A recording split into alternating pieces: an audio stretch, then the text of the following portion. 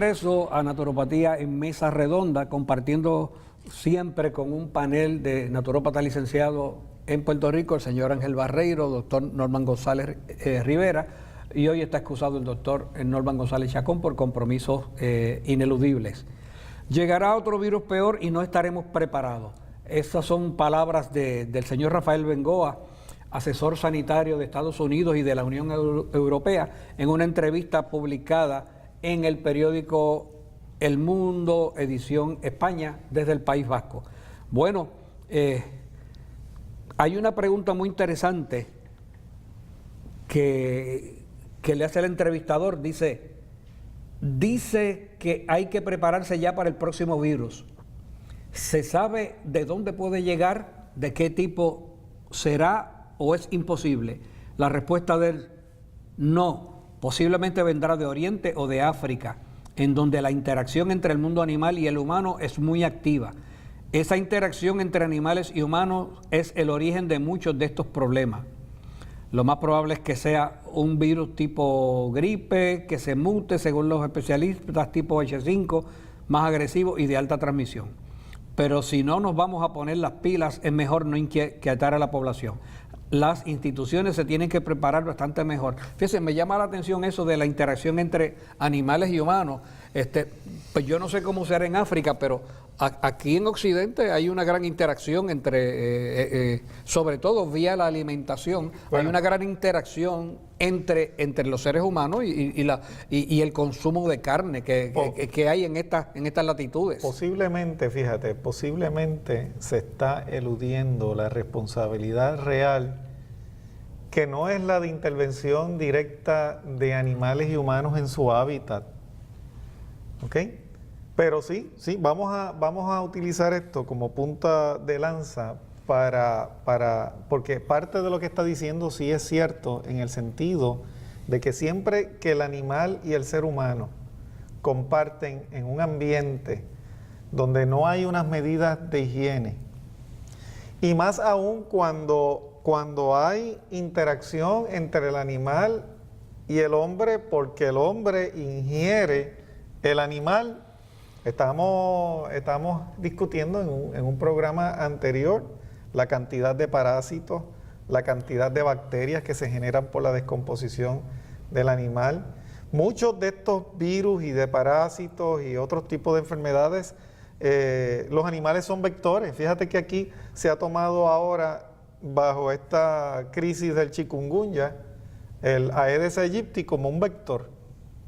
Pero el consumo de carne todos los días, la utilización de productos de animal para consumo humano también son fuentes de contaminación de virus, de parásitos y de otros tipos de enfermedades que se dan dentro de esa interacción, no solamente la interacción del animal vivo con ser humano vivo, sino también de ser humano con animal muerto, sentando las bases para que el sistema inmunológico, fíjate, directamente por la descomposición de esos tejidos de origen animal, sentando las bases para el desarrollo de parásitos, bacterias, distintos a los que normalmente hay en el ser humano, pero también indirectamente porque la interacción con la proteína de estos animales y la exposición a todo este tipo de patógenos que vienen del animal al ser humano cuando se consume y se descompone esa proteína con todo eso que hemos mencionado,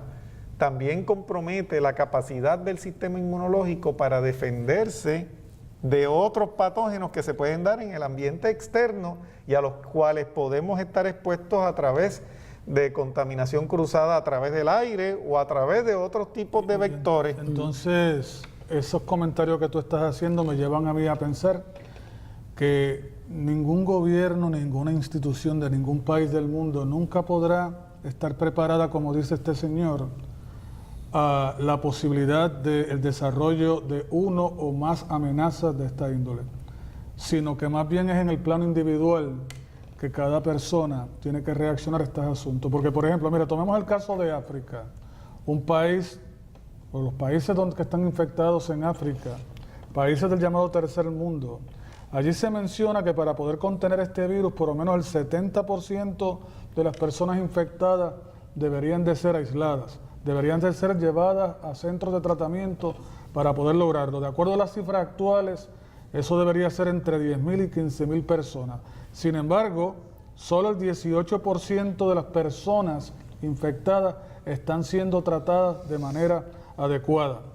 Piensen en todos los recursos que, según los comentarios que este señor hizo, según las experiencias del pasado con otros virus, las medidas precautorias que debieron haberse tomado para que esto no estuviera ocurriendo de esta manera, los millones de dólares que pudieron desembolsar naciones en conjunto para ayudar a estas personas y que no se estuviera propagando o moviendo personas infectadas a otros países. ¿Está ocurriendo eso? No, lo que estamos viendo es que ahora mismo ni siquiera se sabe bien cuál puede haber sido la falla en el protocolo de seguridad que llevó a estas dos personas a infectarse en el estado de Texas, que tuvieron algún tipo de contacto directo con la persona que vino desde África, que murió esta semana pasada. Entonces, la pregunta que yo me hago es, ¿realmente podrán estar las naciones preparadas? ¿O es, como hemos dicho tantas veces, un asunto de que cada cual tiene que asumir su propia carga de responsabilidad? ¿Por qué es importante saber eso y decir esto? Bueno, pues porque ni el CDC,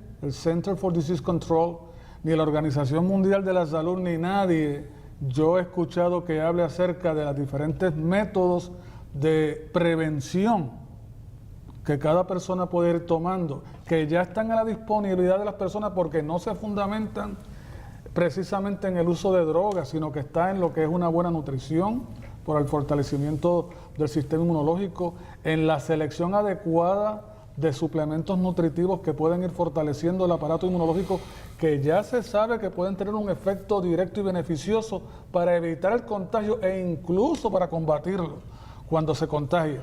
Si se pudiera hacer un análisis preciso, licenciado y doctor González Rivera, de las personas, por ejemplo, esta señora que se recuperó en España, tenemos noticias de que una persona que se infectó, creo que fue una enfermera, pues salió adelante. Sería bueno hacer análisis de cómo estaba el sistema inmunológico de esta persona, si el que estuviera fuerte contribuyó directamente, cómo se alimenta esta persona, qué factores pueden haber incidido en que pudiera salir adelante en relación a las personas en países como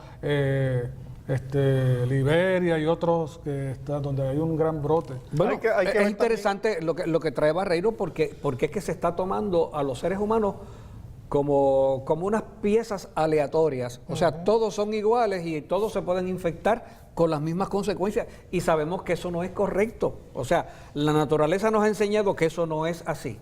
Toda la experiencia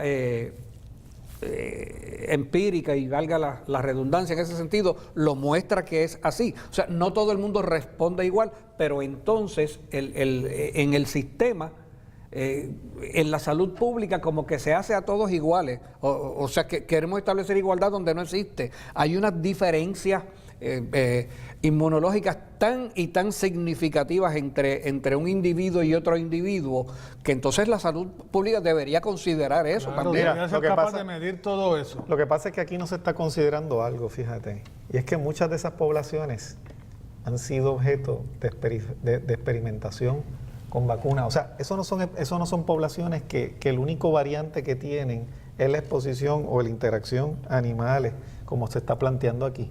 O sea, aquí no se está trayendo una información que es lo que yo acabé de mencionar hace un rato, que es lo que ocurre tras bastidores, donde estas poblaciones se han utilizado vacunaciones precisamente a través de organizaciones que van y vacunan a estas poblaciones y posiblemente los están haciendo más vulnerables que otras poblaciones del mundo, precisamente porque se están utilizando mecanismos experimentales con ellos, lo que los hace sumamente vulnerables a este tipo de infección, que fíjate que cuando se dan en el ambiente natural, porque habla de murciélagos, de ciertos tipos de especies de monos, y otras especies que pueden ser también portadores de este virus.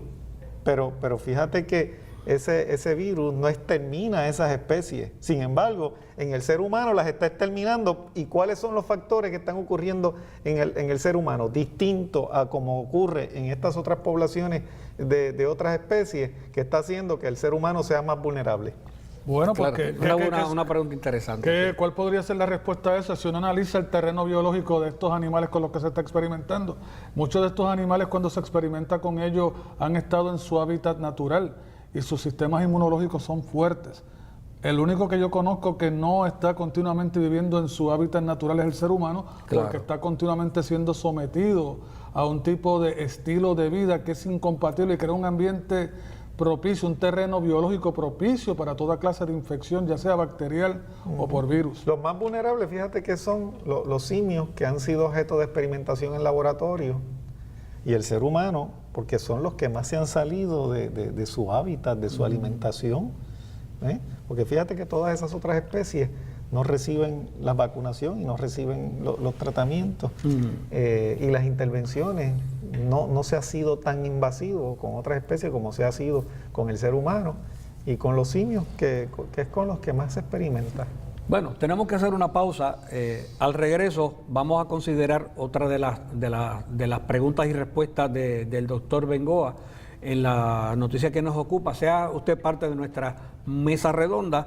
La noticia está publicada en el periódico El Mundo. Pueden buscarlo en su portal electrónico de El Mundo, País Vasco, España. Y es una entrevista a Rafael Bengoa, asesor sanitario de Estados Unidos y la Unión Europea, bajo el título "Llegará otro virus peor y no estaremos preparados", que es una cita del entrevistado. Pausamos y regresamos.